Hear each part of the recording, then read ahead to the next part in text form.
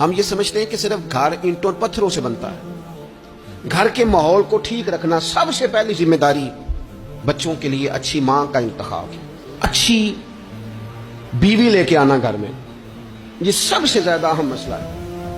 نہ مانے ہم، لیکن بہرحال ڈھیر ساری جگہوں پہ دولت دیکھی جاتی ہے شادی سے پہلے۔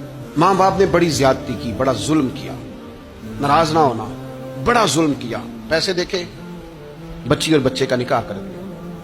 یہ اتنا بڑا زندگی میں آپ نے اپنی اولاد کے ساتھ ظلم کیا ہے کہ آپ تو سائیڈ پہ ہو جائیں گے، لیکن وہ بیچارہ ساری زندگی اس کو بھگتے گا۔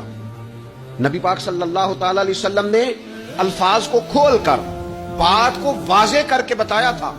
یہ تو ہوتا ہے نا کہ آپ کو کسی تشریح میں جانا پڑے، حضور نے بالکل کھول کے فرمایا کہ عورتوں سے محض ان کی خوبصورتی کی وجہ سے شادی نہ کرنا، اس لیے کہ خوبصورتی ان کو ہلاکت میں ڈال دے گی، اور فرمایا محض ان کے مال کی وجہ سے شادی نہ کرنا، مال ان کو سرکش بنا دے گا۔ یا رسول اللہ صلی اللہ تعالی علیہ وسلم پھر کیا کرے؟ تو محبوب فرمانے لگے ان کی دینداری کی وجہ سے ان سے شادی کرنا۔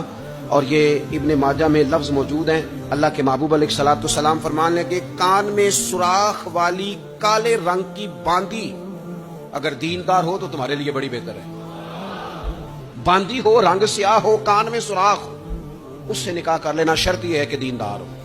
بہت اثرات ہیں ماں کے، لہذا اس انتخاب کے اندر باریکی کا مزاج پیدا کریں اگر اپنے گھر کا ماحول ٹھیک رکھنا چاہتے ہیں۔ اور اگر ماحول ٹھیک نہیں ہے تو پھر آپ کروڑوں روپیہ لے آئیں، جس کے بچے ہی ناکام ہو گئے اس کے پیسے کیا کریں گے؟ آپ بہت بڑا گھر بنا لیں، لیکن اگر بچے ہی ناکام ہو گئے تو آپ کی بڑی حویلی کیا کارنامہ سر انجام دیں؟ اور اسی طرح کا معاملہ مرد کے ساتھ بھی ہے۔ نبی پاک علیہ الصلوۃ والسلام نے فرمایا جب تمہیں ایسے لوگ پیغام نکاح دیں جن کا دین اور اخلاق اچھا ہو تو پھر اپنی عورتوں کا نکاح ان سے کر دو۔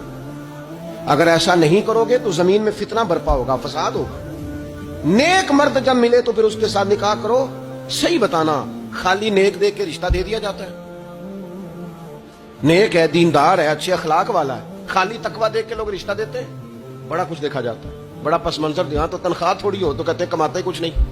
اگر تو بہو آئے تو پھر تو اس کے نصیب کا رزق ہے، اگر بیٹی نے جانا ہو تو پھر اس کے نصیب کا رزق نہیں ہوتا۔ تو جن رشتوں کی بنیاد لالچ پر رکھی جاتی ہے وہاں گھر کا ماحول درست رکھنا ممکن نہیں رہتا۔ گھر کا ماحول اس وقت درست رہتا ہے جب تقویٰ کو، طہارت کو، پرہیزگاری کو، عمدہ اخلاق کو، عمدہ اطوار کو، اچھے نظریات، ستھرے مزاج، گھرداری کے ماحول کو جب پیش نظر رکھا جاتا ہے، پھر حالات کچھ